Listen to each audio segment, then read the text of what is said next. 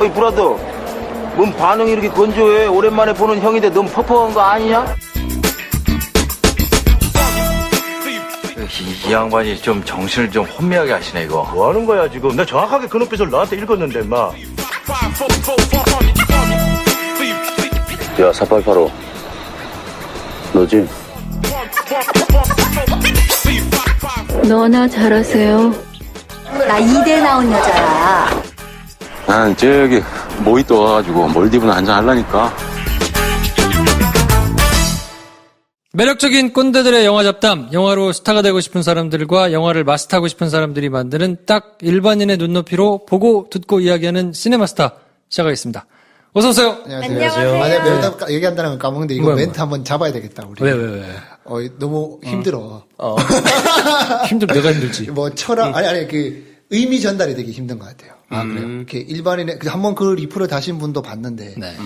그 영화를 마스터하고 싶은 사람들, 영화를 스타 되고 싶은 사람들이 만드는 이잖아요. 그렇죠. 근데 대부분의 사람 듣는 분들은 이게 막 영화로 그런 사람들이 듣는 걸로 이해하고 계실 것 같아요. 지금도. 정말? 그럴 수 있나요? 일반적으로 그럼 본인들이 이런 프로 이름이 시네마스터잖아요. 영화를 마스터하겠다는 거구나. 영화 마스터하고 싶고 스타 되고 싶은 사람 들어라. 이게 더 컨셉이 1차원적으로 쉬울 것 같은데 조금 어렵게 다가갈 수도 있겠다 싶어요. 사실 우리 처음에 컨셉은 시네 마스터가 아니고 라디오 스타처럼 그냥 이런 아니 거 그거를 이제 아니었나? 섞자는 거였죠. 중의적으로 섞자는 거였죠. 네, 그렇죠. 네. 그러고 보니까 우리가 뭐랄까 대의명분을 천명하고 간 적이 없구나 이래부터. 아니 전 딴 그런 것보다는 그건 그렇게 되고 싶은 분들이 들어도 상관없고 그런 사람들이 한다는 것 저 여기서 황대리랑 저는 참 많이 다르다는 생각이 저는 저는 그 뒤는 아무런 상관이 없어요. 매력적인 꼰대라니 나는 그게 싫어. 왜? 시아씨도 왔는데. 걔가 꼰대를 빼면 그냥 하나 주고 하나 빼야 되니까. 매력적인 굳이 안 붙여주셔도 되니까. 그래요? 뭐 일반인이 발끈해. 보통 사람들이 발끈하는 데는 이유가 있지. 매력적인 꽃중년. 그냥 둡시다. 그대로 갑시다. 참 시끄럽고 자 자기소개하겠습니다. 네, 여관 사회공헌 담당자 황대리입니다. 영화를 밝히자고 끝이야? 지난 그래, 시간에 그렇게, 했잖아요. 알레한드로 곤달레스 리나리키를 좋아하는 영화관 사회공헌 담당자 황대리입니다. 네, 황인지 대리님 나오셨습니다. 알폰소 쿠아르 교수님입니다. 배 감독님 나오셨고요. 안녕하세요. 미실공들이를 좋아합니다. 엄세아입니다. 기대된다. 킹프로 기대된다. 감독 하나 얘기해보세요. 따단. 좋아하는 감독 한번 얘기하면서 해보세요. 좋아하는 감독? 네. 왜 나는 싫어. 아이, 뭐 감독을 얘기해야 돼? 왜냐면 감독을 모를 수도 있어요. 그래요. 그럴 수 있잖아. 얘기해주세요. 일반인 사람들이 들었을 때 그 감독을 모를 수 있어. 얘기해보세요. 누구를? 좋아하는 감독 한번 얘기해보라고 한 명. 아니, 난 늘 얘기하잖아. 난 류승환을 좋아한다니까. 그렇죠. 류승환. 류승환을 좋아한다니까. 류승환 감독이 쫀쫀하게 이렇게 이야기 짜서 하시는 감독님이신가? 본인이 쓴 영화는 다 안 듣죠. 그렇죠. 본인이 쓴 영화는 안 됐고. 남의 걸로 하면. 부당거래 같이 이제 남이 써준 거는 이제 흥행을 하는 이런. 시나리오 작가가 돈을 많이 받는 직업이 돼야 됩니다. 아무튼 그렇습니다. 저는 아무튼 이야기가 짱짱한 영화를 좋아하는 김프로입니다. 자, 그래서 저희가 이제 11월 20, 27, 12월 4 이렇게 3주 동안 루이 까또즈하고 같이 해요. 플랫폼 L에서. 우리가 너무 고급스러운 이미지라 사람들이 접근하기 좀 힘들어하시는 루이 까또즈 안 고급스러워. 좋은 거 아니야? 좋은 거 아니야? 아니 이제 전통적인 이런 무슨 있잖아요. 얘기해 주세요. 왜 저한테 그러세요? 여자니까 우리보다 많이 할 거 아니에요. 네, 전통적인 그 명품 브랜드는 아니다. 그쵸. 네, 좀 정해 주십시오. 그 급이 있잖아요. 저 큰일 나요. 왜? 저 의외로 여러분들 제가 그거 좀 잘 알아요. 그래. 한번 제가 해봐. 한번 그런 눈빛으로 말씀하시는 거예요? 공부했거든요. 그래. 제가 얘기하는 포인트가 이런 거예요. 이런 게 나올 때 그냥 얘기해야 된다고. 안 돼요. 여기서 한번 필터링하고 내가 이거를 줄줄줄 읊었을 때 나를 뭔가 된장녀로 바라보면 어떨까? 아니요. 이런 걸 생각하면 안 된다고. 그거 아는 게 된장. 그거 아는 게 된장녀가 아니라고. 심지어 나처럼 막 잘난 척하고 싶어. 있어봐봐요. 저는 된장녀일까봐 얘기를 안 하는 게 아니라요. 여러 가지 브랜드들이 존재하잖아요. 근데 제가 거기서 여기까지 명품입니다라고 선을 그으면 그 사이에 있는 그 수많은 브랜드들이 그걸 얼마나 왜 당신이 상처를 고민해? 받아요. 아니에요. 그걸 당신이 고민할 게 아니라고. 그러면 이렇게 얘기하면 돼요. 제 생각엔 요 정도쯤? 이렇게 하면 되지. 그러니까 그걸 그냥 얘기했으면 좋겠다 이거지. 그래요. 알겠어요. 저는 상처받을 사람들이 너무 걱정돼요. 듣지도 않겠지만 이거를. 듣지도 않겠지만 또 제가 오늘 영화 명대사를 정리하고 왔거든요. 이게 야 이런 일 하면서 월급 받고 있습니다. 저는 영화 명대사를 이제 원어랑 한글로 정리하고 왔는데 세아 씨한테 얘기하고 싶은 대사가 생각나네. 뭐요? 어떤 대사? 노트북에 나오는 대사인데 영화 노트북 노트북에 좋아하는데. 나오는 대사인데 니한테 옳은 결정을 해라. 심지어 그 결정이 네가 사랑하는 사람에게 상처를 주는 결정일지라도 이런 대사가 나와요. 그래요. 둘이 뭐하나요 지금? 둘이 뭐하는 거야? 재미도 없고 감동도 없고 어떻게 편집해야 되냐. 적절하게 딱 떠오르잖아. 이게 저한테 물어보세요. 저한테 물어보세요. 뭘 물어봐요? 명품. 그러니까 명품 급을 정리해주세요. 리바이스. 된거 아니야. 나이키, 리바이스. 루이 카토즈가 이렇게 뭐야? 아이, 죄송합니다. 나이키가 짱이지. 아니 왜냐면 이제 루이 칸토즈에서 뭔가 이렇게 다양성 영화 내지는 이렇게 아주 전통적으로 많은 다 관을 잡아가지고 하는 영화가 아닌데 뭐 그래도 사람들한테 이렇게 좀 볼만한 영화 이런 거를 좀 이렇게 해보면 어떠냐 제안을 했어요 저희가. 그때 이제 받아준 거죠. 진짜 갑자기 그렇게 얘기하니까 약간 루이 카토르지에서 보여주고 싶은 약간 브랜드 이미지와 연결할 수 있는 그런 영화였으면 하는. 저도 지금 그래서 검색을 좀 해보고 있어요. 그런 컨셉이네요, 그죠? 뭐 그렇게까지 모르겠고. 굉장히 고급스럽게 한 편이 떠올라가지고 녹색물. 안 맞아. 난 나이키라 했잖아. 나이키.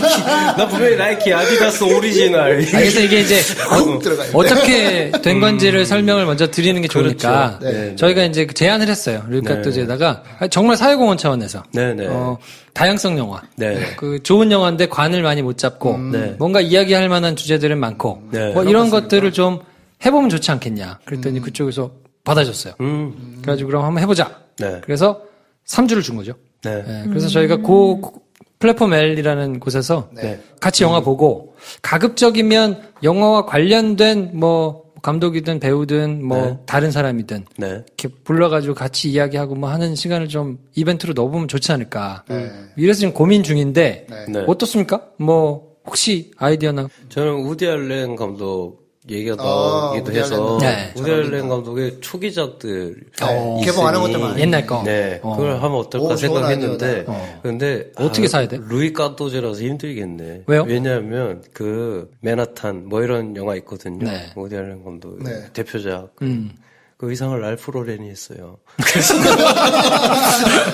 조금 신경 쓰이네. 아는 척 좀 해봤어. 나이키 거에.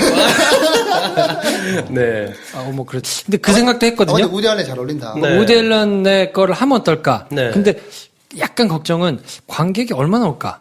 약간 그게 좀 걱정되긴 해요. 오히려 고정 팬이 확실하게 있으니까 좀 약간 우디 알렌이 대안이 될 수도 있을 것 같고. 그렇죠. 뭐 얘기했던 미셸 공드리도 탄탄한 팬층이 있으니. 미셸 공드리. 그리고 희소식이 하나 있습니다. 김프로가 사랑하는 시네마스타 공식 대표 배우. 진짜.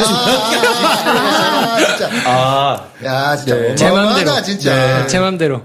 김프로가 좋아하는 최유화 배우가 섭외가 됐어요. 우와. 그래요? 어떻게 했어요? 그러게. 어떻게든 궁금하죠.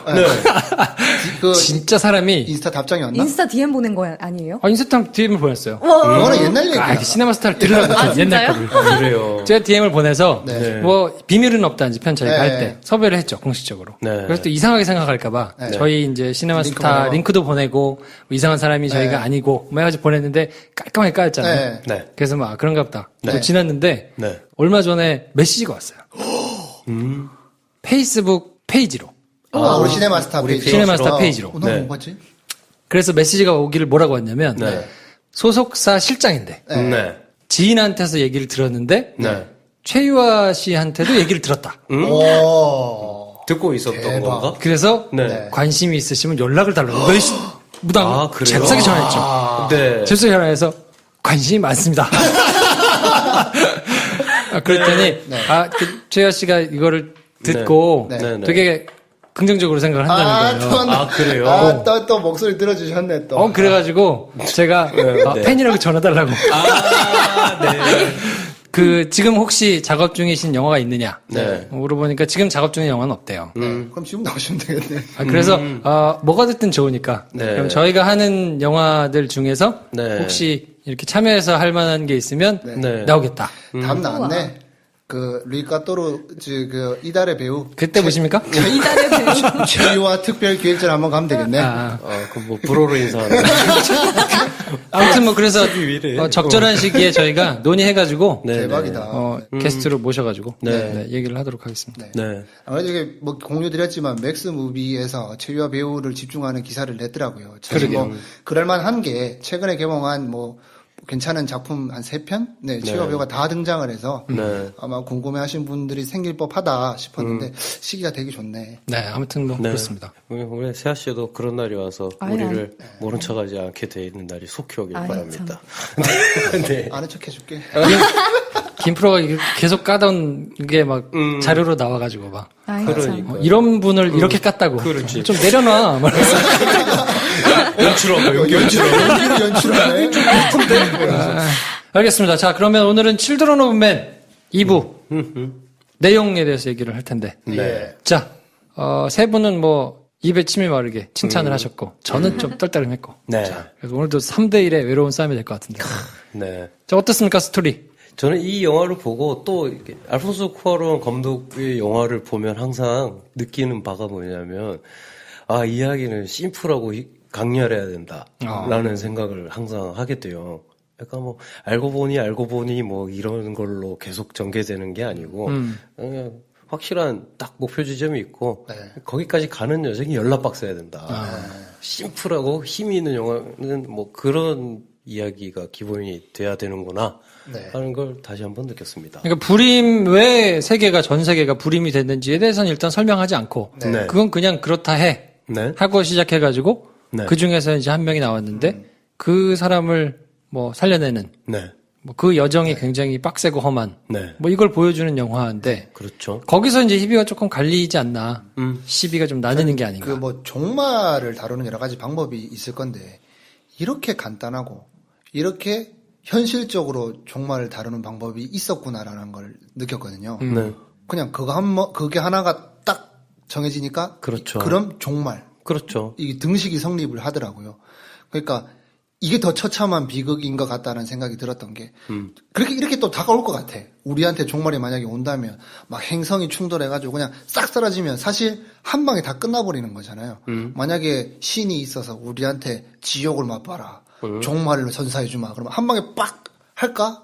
만약에 진짜 고통을 주기 위해 작정하고 종말을 보여준다 그러면 이런 모습이 되지 않을까라는 생각이 들더라고요. 종말 컨셉을 어떻게 설명해야 돼? 막 바이러스가 펴져가지고 좀비가 막 돌아다녀가지고 그런 종말을 보여주는 방법도 있고, 막 전쟁 막 핵무기 막 해가지고 막 종말이 오는 방법도 있는데, 근데 이거는 너무 현실적이잖아요. 지금 내 주위에서도 이렇게 난임 때문에 굉장히 고생하는 친구들이 막 옆에 있고, 근데 이게 되게 그냥 옆에서 이거 되게 심각한 문제겠고 또 인구 절벽이 이제 곧 다가온다고 하고 뭐 이런 것들 기사로 듣고 있는 와중에 종말을 보여주는 이 방법이 너무나 현실하고 참 미안하지만 참신하고 표현 자체가 이게 또 이렇게 그려지는 종말이 가능하구나라는 생각이 들어가지고 그 참신함에 좀 혀를 내둘렀던 것 같아요.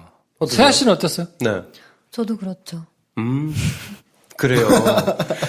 네. 할 얘기가 있었는데 이 얘기를 듣다가 저 너무 청취자 빙의해버렸다. 우리 황대리한테 약간의 우리가 배울 점이 있는 게 한 반 정도는 흘리더라고. 자기 해야 될 말이 있으면 이렇게 막 딴 생각해. 안 들어요. 그러니까. 어차피 주전 앞에 다 나왔거든요. 저번 시간에 눈먼 자들의 도시 얘기하셨잖아요. 네네, 맞아요. 그러니까 그거랑 되게 비슷한 지점도 많고. 그쵸. 네, 그쵸. 저는 사실 던져주시네요. 그 영화도 되게 힘들었거든요. 진짜요? 보셨어요? 그럼요. 오. 세아 씨가 요런 오고 가는 뉘앙스 되게 묘하다. 봤어? 니가 그거를? 약간 이런 뉘앙스인데? 하지 마. 날 먼저 보고. 근데 이게 언제작이죠? 눈먼자들의 도시도 비슷했어요. 한 2007, 8년? 네. 그때쯤이었던 것 같은데. 네. 보셨어요? 아니, 그때가 제가 이제 영화를 끊기 시작했을 때였는데, 띄엄띄엄 볼 때였거든요. 봤는데, 힘들었던 기억이 있어요. 그것도 사실 근데 어마어마한 소설 원작으로 영화를 만든 거니까. 눈먼 자들의 도시도 어쨌든, 그래서 돌아오잖아요, 사람들이 다. 다 네. 돌아오잖아요. 네네네. 근데 이제 이전과는 절대 같을 수 없는 상황. 그렇죠. 다 같이 성장하는 느낌. 네. 그 지점이 칠드런 오브 맨에도 있어서 좀 좋지 않았나. 근데 그게 약간 저는 애매한 게 그 루크가 하는 말에 저는 전혀 설득이 안 됐거든요. 뭐라고 하죠? 우리에게 그 아이가 필요하다. 나도 이런 거 싫고, 근데 이렇게 해가지고 바뀌는 게 뭐가 있냐 하면서 네. 자기들의 방식으로 이걸 하겠다. 예전에 봤을 때는 그게 그 말을 솔직히 유심히 안 들었던 것 같아요. 이렇게 딱 이 감정이랑 압도하는 이미지와 뭐 이런 것 때문에. 그리고 마지막에 애 울음소리가 모든 걸 스톱시켜버리는 그 하나 때문에 달려온 이 영화의 힘에 탁 빠져가지고 봤는데, 이번에 다시 보니까 촘촘하게 짜여있는 이유에 의한 여정은 아니더라고요. 여정이 힘들고, 직시해서 피하지 않는 길임은 확실한데, 요대로 가야만 하는 길이었네, 이 길이? 하는 걸 이제 생각해보면, 루크로 인해서 촉발되는 일들이, 그 루크가 생각하는 어떤 가치관이 네. 좀 너무 얄팍하다? 그렇게 깊이가 있는 얘기는 아닌 것 같다? 이런 생각이 들어서 그 지점은 좀 오히려 눈먼 자들의 도시 같은 깊이에는 도달 못한 작품이 아닌가. 저는 아까 얘기했듯이 이제 왜 그러면 재미가 없었냐, 왜 사람들을 많이 불러 모으지 못했냐를 고민을 해보면, 처음부터 시작했을 때 일단 우리나라의 상황을 두고 봤을 때 칠드런 오브 맨이라는 제목 자체가 과연 어떤 메시지를 던질 수가 있냐라는 생각부터 들더라고요. 뭐냐, 칠드런 오브 맨이. 저도 이제 심지어 영화 제목 타이틀이 영화 다 끝나고 빵 뜨잖아요. 이 영화를 다 봐야 이해할 수 있는 제목이구나. 과연 그 제목으로 관객을 몇 명이나 후킹할 수 있을까라는 생각이 들고, 클라이브 오웬이 얼굴이 정면으로 나와 있고 뒤에 뭔가 약간 어지러운 그림 정도만 나오는 포스터가 있는데, 도무지 영화를 예측할 수 없는 그런 포스터잖아요. 정말 예측할 수 없었어요. 불친절한 영화잖아요. 저는 클라이브 오웬 하면 이제 클로저의 이미지가 되게 세서 이 양반으로 무슨 얘기를 하겠다는 거지? 이런 생각을 하면서 보는데, 저도 그냥 현대극을 생각했거든요. 그 포스터만 보고는. 영화 내용도 짐작이 안 되고 제목을 봐서도 호기심을 많이 끄는 것 같지도 않고 해서 뭔가 관객을 끌어오기에는 일단 마케팅부터 쉽지가 않았겠구나 싶은 게 있고, 영화를 들어가서 풀어가는 이야기가 물론 그런 건 있었던 것 같아요. 예측 가능성을 벗어난 그런 영화라 어느 정도 컨셉을 세팅하는 단계에서는 약간 불안한 시선으로 보지만 하나하나 모두의 예상을 해서 빗나가니까 거기에 그 힘에 딸려가는 건 있는데, 과연 심장이 쫄깃쫄깃하게 엄청난 서스펜스를 주면서 이야기를 가지고 가냐? 막상 또 그러지도 않았거든요. 네. 그랬던 게 약간 헛웃음이 나오게 만드는 예를 들 수가 있을 것 같은데, 자동차 시동 안 걸려서 그냥 쭉 타고 가잖아요. 약간 헛웃음이 나오죠. 거기서 엄청난 이렇게 긴장감을 유도하는 것 같지도 않고, 감독도 그냥 뭔가 참신하게 다가오는데 그런 긴장감을 시종일관 가지고 가는 것 같지도 않아서 이야기가 딸려가는 그런 이야기인 것 같지도 않고. 그래요? 저는 거기는 되게 쫄깃쫄깃해요. 저거 시동 언제 들어오지? 그러면서 계속. 이미 못 따라올 걸 알고 시작하잖아요. 시동 뒤에 키 다 빼놓고 이렇게 멋지게 빼고 해서 차로 따라잡지를 못하겠구나 하고 이렇게 쭉 가는데 참신하게 간다. 그런데 거기서 음악을 깔아가지고 고조시키고 그러지는 않잖아요. 저는 고조시키던데. 그래? 사람이 와서 잡을 수도 있잖아. 네, 뒤에는 잡힐 것 같으니까. 촬영을 너무 잘했어. 딱 봐도 거리감이 확실해. 암만 죽어라고 뛰어도 못 잡겠구나. 아니야, 잡힐 것 같았어. 마지막에는 잡힐 것 같았어요. 마지막에. 하여튼 저는 거기서 엄청난 긴장감을 주지도 못했다. 저는 그 언덕을 내려오면서 걸릴 줄 알았거든요. 그렇죠. 근데 거기서 안 내려오고 떡 하니까 이거 잡힐 텐데 어떡하지? 그렇게 느꼈다면 소망하고. 저는 하여튼 거기서 그렇게 엄청난 긴장감을 못 느꼈던 것 같고. 그래서 뭔가 좋은 건 알겠는데 정말 재밌다라고 추천하기에 좀 주저하게 되는 부분들이 좀 있지 않나. 저는 그런 생각이 들었고, 또 항상 제가 처음에도 얘기했던, 처음에 도입에 세팅하는 그 부분에 있어서 굉장히 많은 부분을 생략하고 이렇게 툭 시작하잖아요. 보통 많은 SF 영화들이 오히려 또 구구절절 설명준처럼 설명하면 없어 보이니까 안 하는 경우도 많은데, 여기에 동의하게 되는 시간이 얼마나 짧은가에 따라서 이 영화의 한 관객에게 주는 만족감의 성취도가 차이가 나지도 않을까? 이런 생각도 들고. 그런 여러 가지 생각을 해보게 되더라고요. 불 붙는 데까지 시간이 너무 오래 걸린 거 아닌가? 일반인을 대상으로 하기에는. 제가 보기에는 한 40분 이상 걸리는 것 같아요. 그러니까 정말 아무 정보 없이 들어가서 딱 봤는데, 석이 2027년인데, 그렇게 크게 다르지 않은 모습으로 나오는데, 그래서 도대체 무슨 얘기를 하려는 건데, 네. 그러니까 한 3, 40분 지나도록까지 네. 그렇게 친절하게 설명이 되지 않고 그냥 계속 흘러가잖아요. 네. 결국에는 그 마구간에서 임신한 아이가 있고 네, 네. 얘를 뭔가를 살려야 된다라는 네. 그 명제가 딱 부여되기 전까지 그 호흡을 싫어하는 사람들이 저같이 네. BGM이 없거나 네. BGM이 있어도 뭔가 이렇게 좀 인디스러운 음악 내지는 네. 뭐 이게 굉장히 유명한 뭐 그런 밴드들의 음악이 나오기는 하지만 네. 네. 이제 그런 음악이 뭔가 약간 히피스럽거나 네. 약간 뭔가 옛날스럽거나 뭐 이런 네. 게 좀 있잖아요. 그런 걸 견디기 힘들어하는 사람은 한 40분 정도까지도 불이 붙기가 좀 힘든 것 같아요. 근데 이게 좀 약간 한계를 인정해야 될 게 제가 TV로 봤잖아요, 집에서. 근데 확실하게 장치로 걸고 가는 게 지금이 생각나는데, 근데 처음부터 테러 빵 하고 시작하잖아요. 네. 그때 그거 아주 삐 하잖아요. 네네네. 극장에서 봤으면 내가 그런 감정을 느낄 정도로 충격적으로 다가왔을까? 내가 그걸 놓친 건 아닌가라는 생각이 들더라고요. 그 환경에서 봤으면. 데몰리션 때 같은 그런 빡한 환경은 좀 없었던 것 같은데요. 거기서 한번 훅 걸렸으면 그냥 쭉 달려가지 않을까 싶긴 하고. 훅 걸릴 만큼은 아니었던 것 같아요. 근데 깜짝 놀라긴 했는데. 네, 놀라긴 그렇죠. 놀랐는데 네. 그렇게 막 근데 이게 2006년작이잖아요. 그래서 그럴 수도 있을 것 같아요. 요즘 영화처럼 이렇게 팡 이런 건 아니었던. 네. 저는 약간 일부러 그런 것도 있는 것 같아요. 그게 깜짝 놀리키면서 이제 후킹을 하긴 하는데, 그래서 그걸로 사람들한테 계속 긴장감을 유지시키려고 한 의도는 전혀 없었고요. 네네. 그냥 왜냐하면, 그런 일이 있다. 네, 클라이브 오웬조차 그냥 넘어가거든요. 맞아요. 왜냐하면 그 세계에 익숙해져라가 네네네. 이 영화의 어떤 매너기 때문에 너 빨리 가가지고 안 했으면 저기서 터져 죽은 거야. 근데 얘는 운이 좋아서 이러고 있는 거야. 그냥 자살약도 막 준다, 여기는. 네. 아침, 어제랑 똑같은 오늘을 일어나도 그냥 보이는 건 이게 다야. 이걸 이제, 네. 이 세계는 이런 데야. 네, 이걸 이제 네, 익숙해지게 하기 위해서 일부러 이제 이야기를 지연시키고, 그리고 이제 뭔가 고조시키려고 하던 걸 그냥 딱 절제하고, 이런 방법을 오히려 취하고 있지 않나. 저는 그 약간 질척거리는 듯하게 가는 그게 너무 좋거든요. 네. 그러니까 막 소란스럽고 요란스럽지 않게 네. 충분히 가는 느낌? 저는 그게 좀 저한테는 더 네. 좋아요. 무슨 그게 느낌이지? 그게 이제 그러니까 막 40분씩 가도록 후킹이 안 되는 그 느낌이 저는 좋은 거거든요. 네.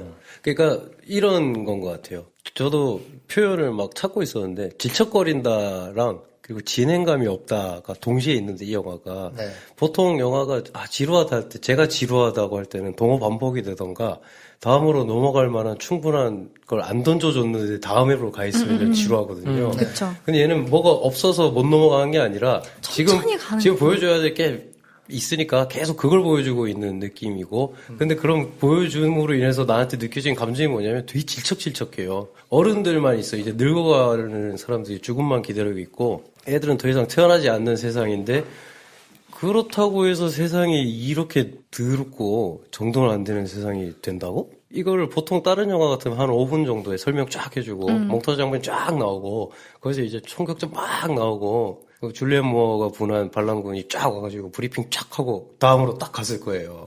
근데 그러면 이제 자 그렇게 되면 이 영화의 중요한 점이 뭐가 되냐면 이런 세상을 어떻게 바꿀 누군가가 나타나서 어떤 사건을 겪느냐 이 얘기가 되는 거고 네네. 이건 이제 김프로님이 좋아하시는 얘기인 건데 그렇죠. 그게 아니라 이 영화는 자 이거 하나 해결 안 돼도 우리는 이렇게 돼버린다니까. 되게 현실감 있게 가는 거거든요. 그걸 사실. 말해주려고 하니까 김프로님이 결코 좋아할 수 없는 방식. 저는 좋아할 수 없죠. 그쵸. 왜냐면 내가 이거를 왜 영화가 나서 그렇지. 2시간 동안 이걸 보고 있어야 되나 싶은 생각이 막 드는 거죠. 그렇죠. 근데 저는 또 이런 생각도 하긴 했거든요. 우리는 애가 없잖아요. 우리 넷 중에 김프로님을 제외하고는. 그래서 저는 오히려 그래서 이래나 저래나 그 나중에 아이가 탄생하고 아이의 울음소리에 모두가 정적이 돼버린 이 순간이 전 굉장히 숭고하고 좋았는데 내가 느낀 거게 사실 내가 충분하게 못 느끼고 있을 거라는 생각을 들긴 했어요. 왜냐면 전 자식이 없으니까. 그래서 오히려 그게 좀 궁금하게 했거든요. 자식이 나왔을 때 그건 사실 뭐 상상할 수 없는. 그렇죠. 상상했던 것보다 그렇죠. 딱 한 스푼 더 한 것 같아요. 그렇죠. 그래서 한 스푼만? 그러니까 상상 이상이. 그렇죠. 상상 이상인데 네. 하여튼 뭐 굉장히 저는 울었어요. 우와. 내가 울 줄 몰랐어요. 야, 피도 눈물도 없는 양반이. 제가 울 줄 몰랐어요. 제가 우는 건 진짜 요즘에 나이 먹고 조금 울긴 하는데. 그쵸. 뭐 대동여 씨도. 아니 근데 진짜 그 아이가 태어날 때 그래서 저는 사실 그 나중에 가잖아요. 그 수용소로 갈 때 버스 타고 갈 때부터 진통이 있고 막 하잖아요. 거기서부터는 솔직히 보기가 좀 힘들었어요. 그러니까 그게 뭐 싫어서 힘든 게 아니고 너무 힘들다.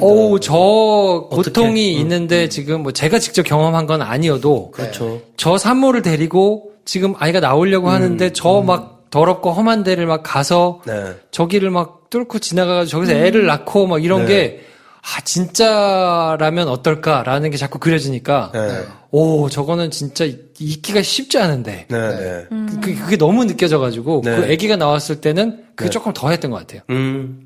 그리고 오히려. 그 이제 아기를 데리고 내려갔을 때 그 막 그런 느낌이 굉장히 더 크게 다가오긴 했죠. 그쵸. 그래서 저는 그게 되게 딱 그 이 영화의 핵심, 그러니까 우리가 다 서로 절대 돌이킬 수 없는 강을 건너버렸지만 사실 우리 다 알고 있지 않냐. 뭐 이걸 얘기하는, 근데 긴 말 없이 이 말 저 말 서로 총질하고 쏴 죽이고 아무렇지도 않게 하지만 우리 다 알잖아.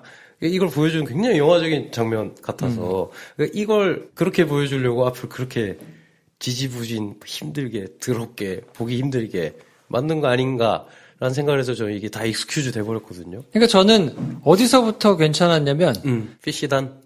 네. 그 친구들하고 모여 있다가 네. 그 언덕배기를 탈출해 나와가지고 부터 나름대로 재밌게 봤던 것 같아요. 여기서부터 이야기 시작이구나. 거기서부터가 약간 저 정도 되는 그냥 영화를 가볍게 보기 좋아하는 사람들이 봐도 무난하게 따라갈 정도의 지점인 것 같은 거예요. 왜냐면 거기서부터는 이제 미션이 명확하게 딱 주어지잖아요. 얘를 살려야 된다. 그리고 얘가 애를 낳게 해야 된다. 그럼 어떻게 할 거냐. 얘네들은 쫓아오고. 근데 저쪽 정부군한테도 도망가야 되고. 어떻게 해야 되지? 라는 게 계속 궁금한데 그거를 계속 풀어가는 방식으로 가잖아요. 제스퍼한테 가 있다가 거기서 또 도망가고. 그럼 여기서는 어떻게 풀까? 뭐 만나가지고 암호를 댔는데 또 그 사람을 만나서 어떻게 들어가고 이게 계속 이제 뭔가를 풀어가는 방식이니까 거기서부터는 그냥 쭉 딸려서 계속 보기는 하는데 그 전까지는 사실 힘들었다. 너무 기니까 아니 이 별거 아닌 것 같은 얘기를 이렇게 길게 지리멸렬하게 해야 되나? 보고 있기가 사실은 되게 화나면서 힘든 막 그런 느낌이 좀 있었어요. 진행감이 안 느껴지고 알겠어 이제 다음으로 가 뭐 이렇게 느껴질 수 있죠. 뭐 그랬던 보기에. 것 같아요. 그러니까 일반 사람들이 내지는 대중이 환호하지 않은 이유가 뭘까? 저는 이제 한 두 가지 정도가 아닐까 생각했는데 하나는 알아야만 보이는 장면들이 너무 많아요. 그러니까 알지 않으면 뭘 캐치를 못할 만한 뭐 그러니까 거기에 쓰여 있는 뭐 죽는 약, 파이어터스 뭐 이런 거는 햄릿에 나온 대사라면서요. 뭐 그런 상징이나 은유들의 것들이라든지 뭐 신발을 갈아 신는 거라든지 뭐 이런 것들에 대해서 영화적인 기법 내지는 영화적인 이런 거를 충분히 좀 익숙해가지고 알아야 따라갈 수 있는 것들이 많고 그 앞에 나와가지고 뭐 웃고 뭐 얘기하면서 자기들끼리 시끌렁한 농담하고 막 사실 그런 장면들은 즐기지 않는 사람이면 이유가 없는 장면이잖아요. 그렇기도 하고 또 하나의 이유는 그래서 뭐가 충분히 설명이 잘 안 되는 부분이 있는 것 같아요. 지금 이거를 그래서 왜 둘이 앉아가지고 이야기하는 장면, 뭐 대마초를 피면서 딸기맛 나지, 뭐 이걸 두 번, 세 번씩 이제 보여주는데 그래서 라는 거에 빨리빨리 답을 해주지 않으니까 그런 걸 좀 보고 있기가 좀 힘들어하는 거 아닌가? 저는 언제 보자면 이 영화가 뭘 덜해서 뭐가 부족해서 그 많은 관객들한테 어필하지 못했다기보다는 안 준 것보다 준 그게 사람들 별 매력이 없었던 게 아닌가라는 생각을 한번 해보게 되는데 그래서 이 영화를 이렇게 긴 시간 동안 여러 가지 잘 만든 만듦새로 이야기하고자 하는 게 생명의 위대함, 이 디스토피아 세계 속에서도 이 생명 하나의 생명이 되게 중요한 거에 대해서 이야기를 하는 거잖아요. 그래 그 생명의 위대함, 이 절망을, 이 종말을 끝내게 하는 이 생명의 위대함, 그거구나. 이게 지금 나한테 어떤 감정적인 충족을 주냐는 아닐까. 거기서 좀 대중적으로 인기를 못 얻었던 게 아닌가라고 한번 생각을 해보게 되거든요. 그래서 막말로 첫사랑에 대한 처절인 경험에 대한 메시지를 전진한다 그러면 야, 이 영화 보고 나면 첫사랑 생각난다. 보러 가라. 라고 한마디 할 수 있을 건데 전쟁 영화 와 진짜 어마어마한 스케일에 막 깨부시더라. 막, 뭐, 이렇게 뭐 전달하고자 하는, 여기서 채워주는 정서적인, 뭔가 만족감에 대해서 쉽게 이렇게 남한테 알릴 수가 있는데, 이 영화, 이 영화 뭐 어때? 그럼, 좋아. 라고는 누구나 얘기하겠죠. 그 내용이 뭐야? 종말 했는데 되게 생명의 위대함에 대해서 이야기하는 영화야. 라고 얘기하면, 보고 싶을까? 약간 거기서 사람을 모으는데 좀 부족했나? 매력이. 저는 좋아요. 제가 평소에 고민하고 있었던 문제가 있어서 더 공감을 했던 것 같아요. 저는 평소에 왜 사는지, 사람들이 무엇을 위해 살아가는지를 되게 많이 생각하거든요. 왜 삽니까? 답이 안 나, 생각 하나의 생각, 그러니까 그 여러 곁가지들이 생기잖아요. 하나의 질문이 생기면, 하나 생각했던 게, 무언가를 남기기 위해서 사는구나. 글을 쓰는 사람은 글을 남길 것이고, 그림을 그리는 사람은 그림을 남길 것이고, 하면서 쭉 야한 생각도 했어요. 이렇게 사랑을 나누는 이유가 아이를 남기기 위해서, 그러니까 나의 DNA를 남기기 위해서라는 생각까지도 했었거든요. 그러니까 그것 무언가를 남기기 위해서 산다라고 가정을 하면, 지금 칠드런 오브맨이 그려주는 세상이 너무나 현실적인 세상이 되는 거잖아요. 남길 수 없으니까 죽이고 빼앗고 자살하고, 사색적인 분들이 봤을 때는 되게 생각할 거리가 더 많구나라고 생각할 수 있는 여지가 있는 영화. 그런 주제가 좋다는 건 알겠는데 뭔가 대중적으로 소구점이 있는 그런 주제. 그쵸, 네, 좀 떨어지나? 그러니까 제가 이런 얘기를 하면 친구들이 저 싫어하거든요. 오늘 너 너무 피곤하다, 막 이렇게. 제가 막 이렇게 술자리에서도 그래서 너는 왜 살아? 이렇게 얘기하면 거부감을 가지는 친구들이 그 자리에 꼭 있잖아요. 근데 저 같은 사람이 대중적이라고 생각하지 저는 않거든요. 그러니까 대중적인 코드에서 봤을 때는 생각할 거리가 약간 피로감으로 다가올 수 있다고 봐요. 이 영화의 주제가. 그리고 뭐 정리가 안 되는 느낌을 받으면 그냥 재미가 없는 거죠. 네. 저는 오히려 그런 장면들이 좋았거든요. 어떤 장면이 좋았냐면 아까 김프로님이 말씀하신 제스퍼의 집. 네. 제스퍼의 집에서 일하는 모든 장면이 다 좋아요. 저도 좋아요. 네. 일단은 이게 굉장히 웃긴 얘기를 싫었어요. 웃긴 얘기를 시작해 볼게요. 그 집에 해놓은 꼬라지가 좀 마음에 들거든요. 김프로님은 그게 싫을 수도 있어요. 그냥. 근데 그게 아니 지금 우리가 이 영화의 주제와 방식에 대해 얘기하자는 거잖아로 가면 저는 그게 마음에 드는 게 이 영화의 주제가 마음에 든다고 또 가거든요. 왜냐하면 이 영화 굉장히 일관성 있게 디스토피아를 그려놨는데 저는 그 사촌형의 집 그 어리으리한 그 저택 있잖아요. 그 공사관인지 모르겠지만 엄청난 거기 지금 인류의 최고의 작품들이 거기 다 있는데 저는 거기 있는 그 사촌형은 그 클라이브 오웬이 분한 테오가 떠나면 며칠 뒤에 아들이랑 같이 약을 먹을 것 같아요. 느낌이 그냥. 그러니까 모으면 뭐해? 허무한데 나는 오늘 일밖에 생각하지 내일은 생각 안 하거든. 그런데 내일은 생각 안 하거든 하면서 하루하루 충실하게 보낸다고 하면서 사실은 자기가 없어져 버리면 아무짝에 쓸모 없어질 한 세대만 지나면 이제 얘네만 남을 이걸 모으면서 공허함을 채우고 있단 말이에요. 근데 그 반면엔 누가 봐도 저건 히피야. 히피에 뭐 딸기만 나네 어쩌네 하면서 그 아내는 말도 안 하고 있는데 거기 앉아있는 그 쓰레기통 같은 데 살고 있는 얘네 집은 되게 따뜻하고 재밌거든요. 여기 있으면 별로 재밌을 것 같지도 않은 대화를 하면서 되게 즐거워해요. 이들은. 딸기만 나지 그 말을 100번 했을지도 모르지만 그게 재밌거든요. 손가락 당겨봐. 이거 너무 많이 한 얘기인데 그러니까 여기 가서는 얘가 다른 걸 느끼는구나. 똑같은 인물이. 테오가 직장에서 느끼지 못하는 걸 느끼는구나.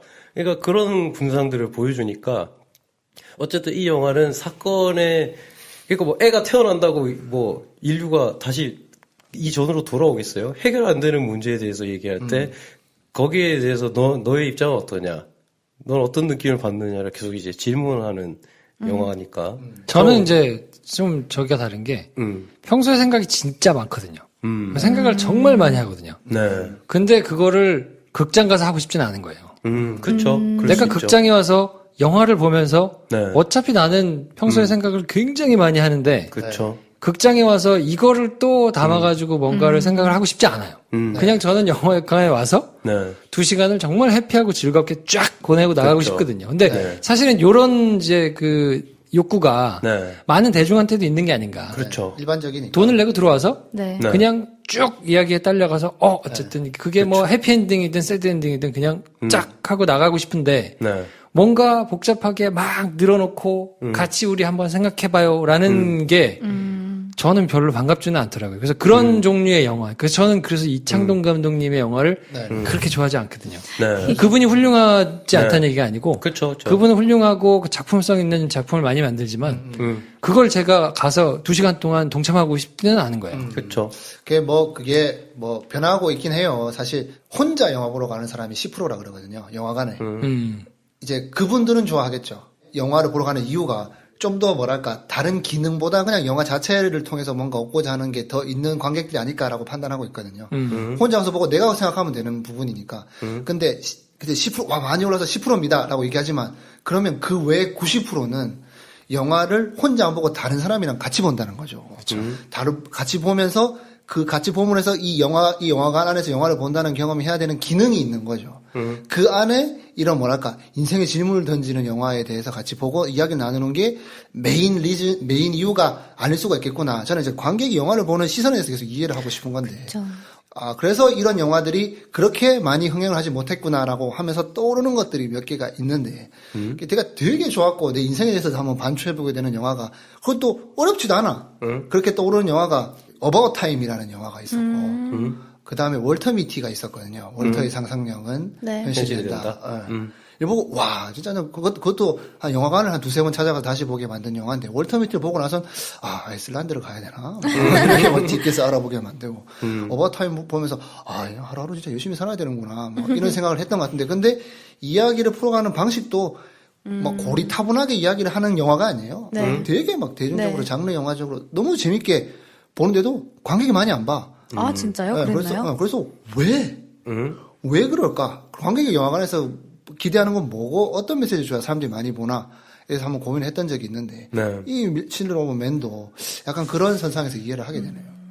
그렇다면 알폰소 쿠아론 감독이 다른 영화도 이제 한번 얘기를 해볼 법한데 이 칠드롬 오브 맨은 그렇다 치고 다른 영화들이 그렇다고 막 그렇게까지 사람들이 보고 불편해하거나 지루해했던 영화들은 또 아닌 것 같거든요. 근데 확실히 그래비티는 볼거리가 확실한 부분이 있었던 것 같아요. 볼거리. 체험적인 요소가 있으니까. 그러니까 그냥 처음에 한 18분인가 롱테이크는 박물관 온 것 같잖아요. 우주에서는 저럴 수 있겠구나. 진짜 그렇죠. 저게 우주구나. 막 하고. 보지 못한 세상에 대한 맞아요. 그런 거라도 있어야 되나? 하여튼 뭐 고민하게 근데 되네요. 저는 같이 봤던 사람이 나와서 싫어했어요. 그래비티? 네. 그것조차도 지루할 수 있을 뭐야? 것 같아. 뭐야? 그걸 싫어하더라고요. 근데 그걸 보면서 저는 그 정도로 싫지는 않았는데 이해가 되더라고요. 대중들이 저걸 보고 그럴 수 있지. 저 얘기를 이렇게 길게 한 거야? 가 되니까 그냥 2시간 동안 영화의 기능을 자기가 기대하고 자기가 영화를 사용하는 방법이 다 다른 것 같아요. 그렇죠. 근데 그 영화를 사용하는 사람들이 오락용으로 들어와서 쫙 즐겁고 나가는 용도로 사용하는 사람들한테는 뭔가 기승전결이 명확한 이야기들이 훨씬 더 기능하는 게 아닌가. 그렇죠. 근데 이제 이렇게 작품성이 있고 완성도가 있는 영화라고 해서 그 기승전결이 명확하게 꼭 있는 거는 아니니까. 그렇죠. 그 차이가 아닌가. 근데 어떤 체험적인 요소를 딱 접했을 때 몰입을 잘하는 분들은 재미를 느낄 지점이 있는 것 같아요. 공통적으로. 알폰소 쿠아론 감독의 영화를 보면. 뭐 롱테이크라든가 아니면 현장에 있는 것 같아요. 어느 순간부터는. 약간 서든어택 같은 느낌. 그렇죠. 네. 서든어택 느낌 들죠. 네. 막판에. 그러니까 뭐 그런 지점에서 또 재미를 찾을 수 있을 수도 있을 것 같고. 근데 뭐 저는 또 어떤 입장을 이제 얘기를 하게 되냐면 영화가 이런 걸 또 할 수 있어? 하는 게 발견이 되면 재미를 느끼니까. 저도 사실 그렇다고 마이펫을 보고 정말 저 혼자 막 난리를 쳤잖아요. 꼭 봐야 된다고.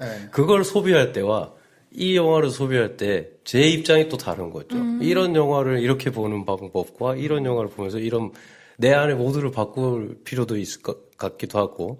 그리고 이제 그러다 보니 결국은 이제 웬만한 모든 영화에서는 미덕을 찾고 근데 너무 기대한 거에서 이제 실망을 크게 하는 건데 일단 그렇게 될 경우 저의 기준은 하나거든요. 이 사람이 어떤 영화를 계속 만들고 있는가 그리고 점점 다음으로 가는가 했을 때 알폰소 쿠아론 감독은 지금 이제 점점 더 전작보다 더 나은 영화를 계속 찍으면서 결국 하는 얘기는 똑같구나.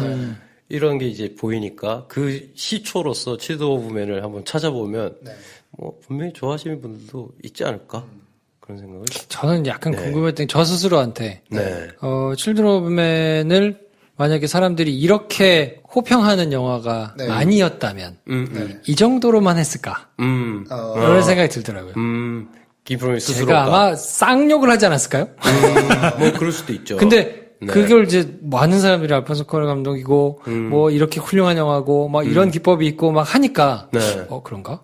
내가 좀 무식한가? 막 싶어가지고 수위 조절을 좀 하는 게 있는 것 같은데 제가 한 40분 동안 봤을 때 느낌은 정말 쌍욕을 하고 싶었거든요. 영화를 이렇게 막 그랬는데 아무튼 좀 그런 게 있는 것 같아요. 그러니까 일반 그냥 아무것도 생각 없는 사람들 생각하지 않는 일반 사람들이 가서 보면 그런 마음이 비슷하지 않을까.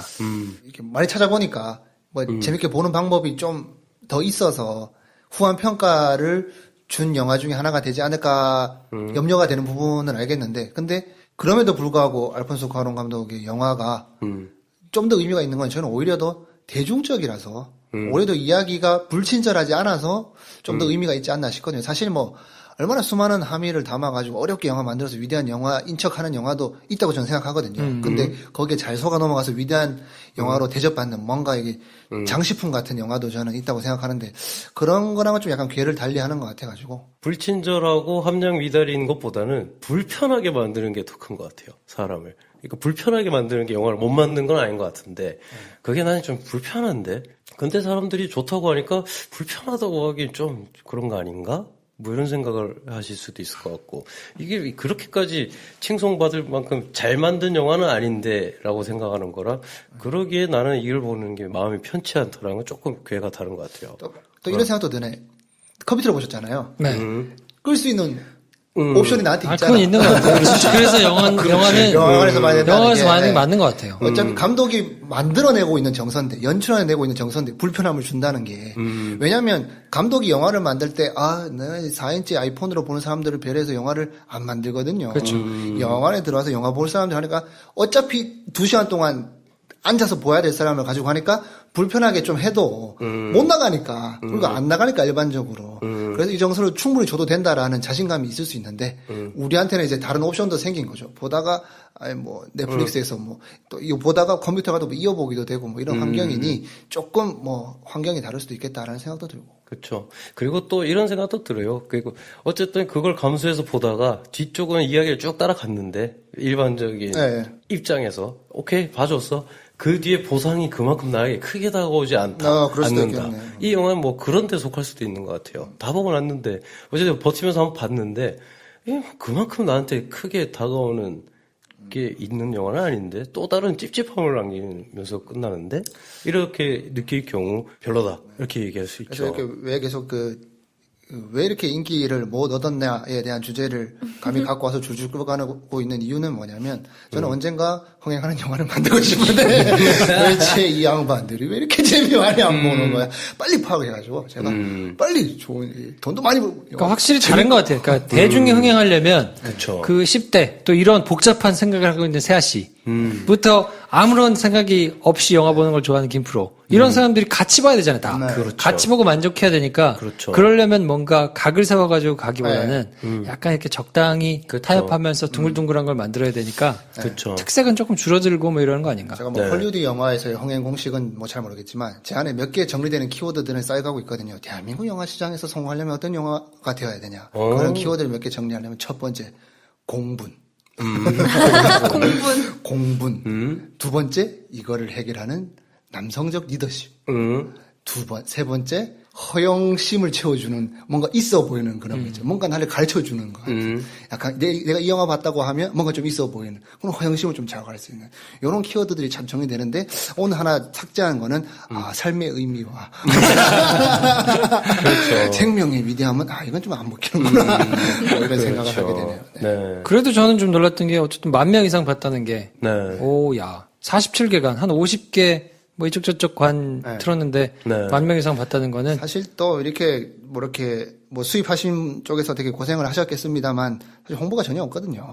그냥 뭐 그냥 재개봉 영화 하듯이 그냥 입소문 난 사람들 대상으로만 이렇게 진행을 하시는 것 같은데. 정말 소리 소문 없이 그냥 네. 입소문으로만 만 명 이상 본 거니까. 그렇죠. 그거 보면서 또, 오, 야, 대단하다. 뭐 이런 생각. 알폰소 쿠아론 감독, 이제 바들이 그만큼 많이 생겼다는 얘기인 거겠죠. 그렇죠. 그리고 이거를 예전에 봤었는데, 극장에서 하다니, 뭐 이런 생각에 찾아가는 분들도 많은 것 같고, 네. 확실히 넷플릭스는 그 화질이 별로 안 좋아가지고. 아닙니다. 여러분, 지금 12,000원짜리 요금제 이용하고 계신 것 같은데, 저는 15,000원짜리 요금제를 이용하고 있는 사람으로서 4K가 지원됩니다. 그러니까 근데 이제 안 되는 것도 있잖아요. 있죠. 근데 그러니까. 심지어 저는 요게 보다가 화질이 중간에 안 좋아가지고, 그 세팅을 좀 초고화질로 다 바꿔가지고 다시 봤는데, 화질 좋아요. 안 좋은 것들도 있어서, 그렇죠. 그걸로 이렇게 키워가지고 보면, 좀 맛은 떨어지더라고요. 네. 그냥 확실히 그거 있는 것 같아요. 그러니까 저한테는 견뎠을 때 보상이 너무나 큰 영화를 만드는 감독이거든요. 네. 알폰소 쿠아론 감독이. 그러니까 저희 약간의 지경을 넓혀줘요. 그러니까 내가 뭐, 나와 나 주변에 일어난 일에 막 스트레스 받고 힘들어하고 막 좌절하고 이러고 앉았냐, 저런 얘기를 하는데, 저 양반은. 뭐 이런 생각을 하게 해주는 감독이라, 사실 저는 항상 보면 그냥 뻔 뽑았거든요. 똑바로 살아야지. 더 좋은 얘기 해야지. 그래서 적극 추천했을 때, 본 사람들이 말이 어떻게 오느냐에 따라서 이제 좀 당황을 하기도 하고. 근데 하나 확실해진 게 있어요. 황 대리의 말이 맞다면, 전 우리나라에서 흥행하는 영화를 절대 못 찍어요. ever. 황 대리하고 같이 일할 일은 없겠군요.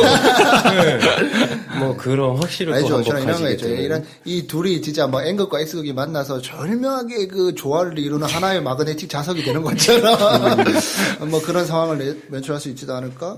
그게 지금 이 시네마스터 정도로 이제 발물이 되는 게.